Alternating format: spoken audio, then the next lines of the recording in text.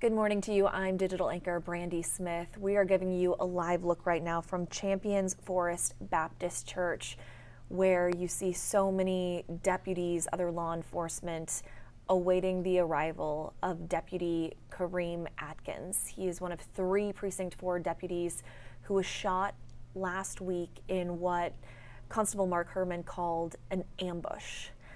He was killed. The other 2 deputies who were hit are still hospitalized, but his funeral service is set for 2 o'clock this afternoon. Once Deputy Atkins arrives at the church, there will be a family visitation for a couple of hours until 11, and then from 11 until 2 p.m. the public is invited to pay its respects. The procession is on its way from the funeral home. It was set to leave about 7:30. Now, normally we would have Air 11 up showing you the full procession. Weather conditions just didn't allow that this morning. So we are standing by waiting here at Champions Forest Baptist Church. This is on Stubner Airline. You can see law enforcement getting ready out front. We saw ladder trucks with the flag ready to salute Deputy Atkins when he arrives at the church for that funeral service. Again, the family visitation is from 9 to 11, and then after that, the public will have its opportunity to pay its respects to Deputy Atkins and then attend that funeral at 2 o'clock. We have covered this story extensively since the shooting that happened on October 16th. Deputy Atkins leaves behind a wife and 2 children, a 2-year-old daughter, and a 6-month-old son. In fact, he had just returned recently from paternity leave before that shooting that took his life. There is a GoFundMe set up to help his family, his widow, his children. We have more information about that on khou.com. But this 30-year-old deputy joined the department in 2019. He was serving alongside some of his best friends. They were working an after-hours job doing security for a club, got alerted to a possible robbery in the parking lot, and Constable Herman says that they were ambushed by a suspect with an AR-15. At this point, no arrests have been made, but there are considerable reward amounts offered for any information that leads to an arrest and that brings Deputy Atkins' killer to justice. If you're just joining us, this is a live look at Champions Forest Baptist Church on Stubner Airline, which is where Deputy Kareem Atkins will be honored.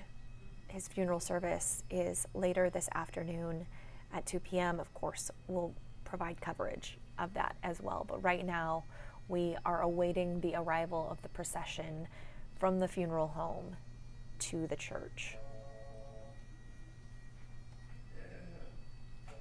It's amazing looking back at some of the stories we've done this week and the words that folks shared about Deputy Atkins. A lot of friends still struggling to deal with the fact that he's gone. One of the other deputies who was shot, Daryl Garrett, his fiance, said they hadn't told him about Deputy Atkins' death because they were just so close, and Deputy Garrett was in such critical condition that they didn't want to jeopardize his recovery. He was shot in the back. Jaquam Bartham, another deputy, was shot in the foot, and at last check, both Garrett and Bartham are still in the hospital, and no suspect has been named or arrested.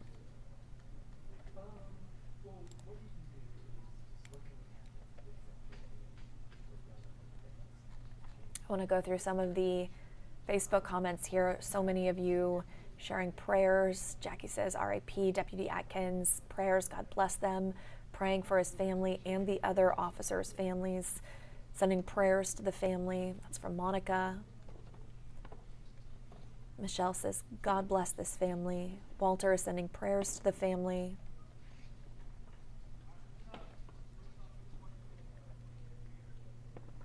Oh, Marie writes, my heart is crying for the family. God bless.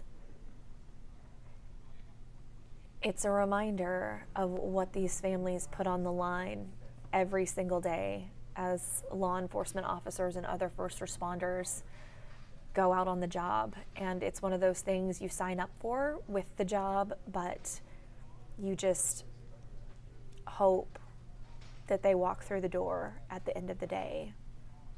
And on October 16th, Deputy Atkins did not come home to his wife and his 2 young children.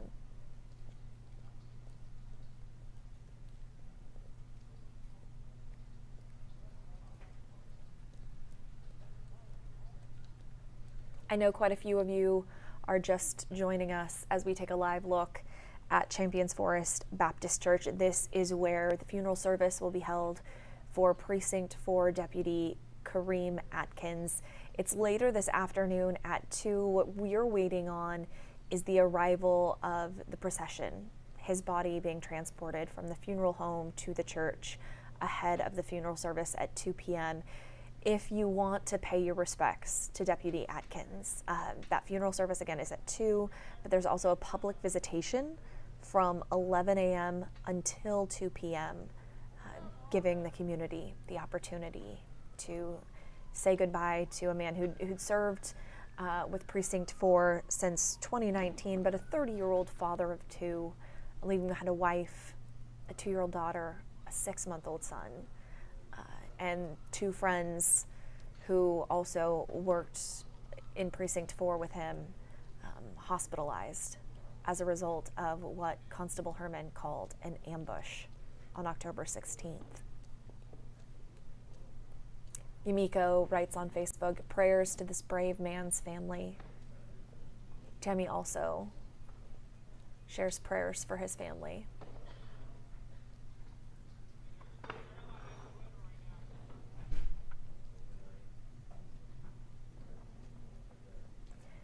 Diane says, RIP, Deputy Atkins, sending prayers to family and deputy and police officers.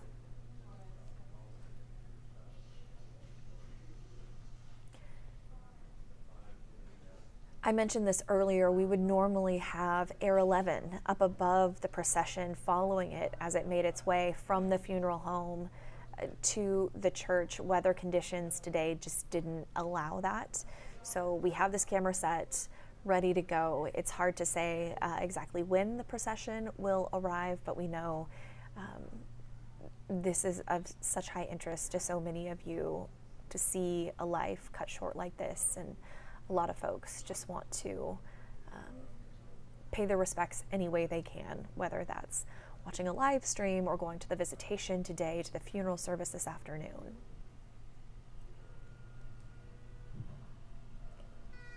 Oh, Marie says, my son was in the same academy class as him. It hits home. I can't imagine, Marie. First responders are out there putting their lives on the line every single day. And this was an after-hours job. They were just working security at a club. Deputy Garrett's fiance said at one point in an interview that it sounded like they had turned this guy away, wouldn't let him in the club, something like that. The person who shot all 3 deputies. Just heartbreaking for something so trivial, getting into a club on a Saturday night, that someone would go so far as to take another person's life. An attempt, it looks like, to take 3. Green writes condolences to his family and God's swift hands to and on the head of the shooter. Destiny says, thank you for your service, brother. A lot of condolences, a lot of prayers pouring in. I think I'm gonna try to pull up the GoFundMe and share that link here. There are GoFundMe accounts set up for all three deputies, Deputy Atkins, Deputy Garrett, and Deputy Bartham. So I just threw that in the comments now, if you're looking to help out in any way.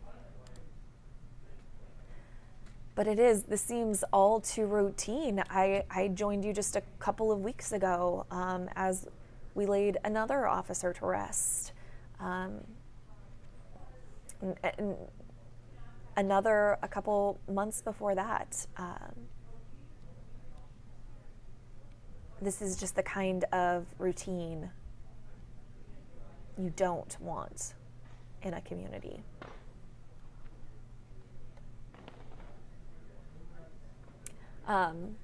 What you're seeing there, the camera getting fixed, lightening, brightening, the photographer there is adjusting the iris, making sure you have the best possible image as we await the arrival of the procession.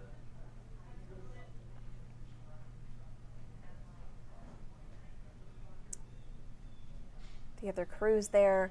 Now that truck you see through the trees, that and another earlier had the flag up on the ladders as a salute to Deputy Atkins. And I believe the photographer is zoomed in here. I have to believe the arrival is imminent. We were told they were leaving the funeral home about 7:30. It's a 20-minute drive, so that time is approaching, and you can see in this, well, actually, you're blocked on this view. Let me give you a full view of our live shot. You can see other first responders arriving, and that's one thing we see. Representatives from all over, not just the state, but sometimes the country. Departments will send representatives to pay their respects to a fallen officer, fallen deputy. And as the funeral gets closer, I'm sure we will see a lot of those vehicles in the parking lot. That's one thing, I mean, having covered far too many of these funerals over the years, that is something that is really touching, to walk through the parking lot and see cars, vehicles from agencies that have come so far, but just to pay their respects. Holly writes, "Thank you for your service. You're a hero, and you will become a hero in heaven." Stephen says, watching from Los Angeles this morning, sending prayers to the family and friends of the officer.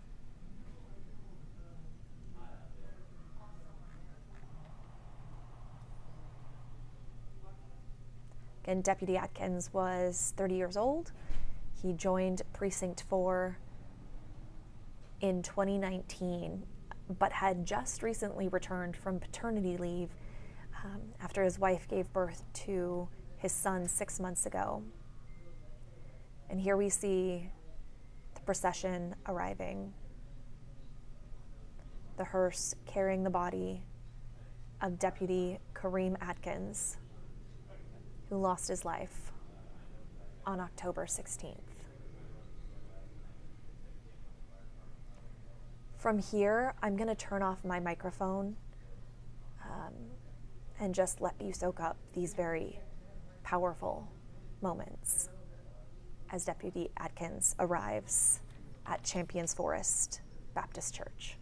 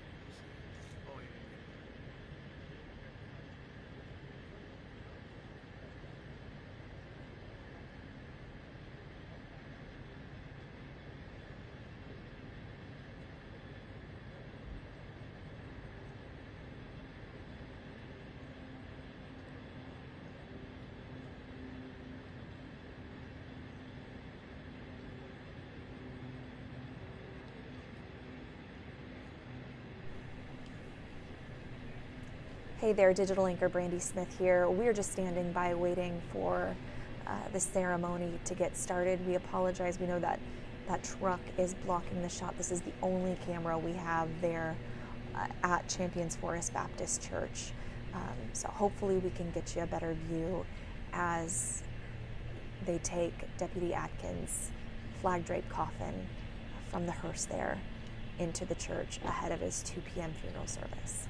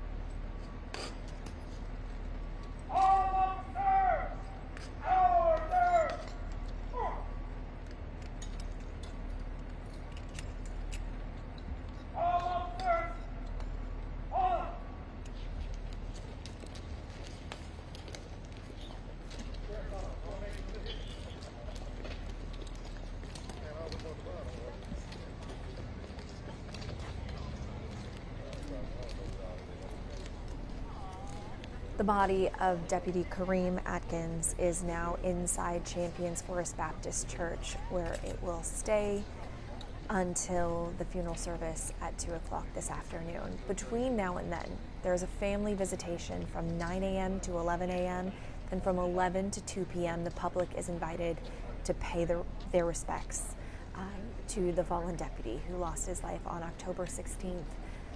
30 years old, a husband, father of two, 2-year-old daughter, and a 6-month-old son that he left behind.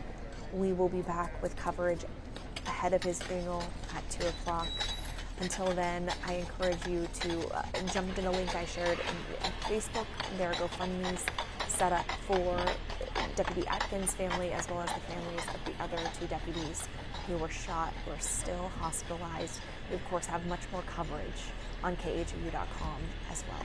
We'll see you back here at 2 o'clock.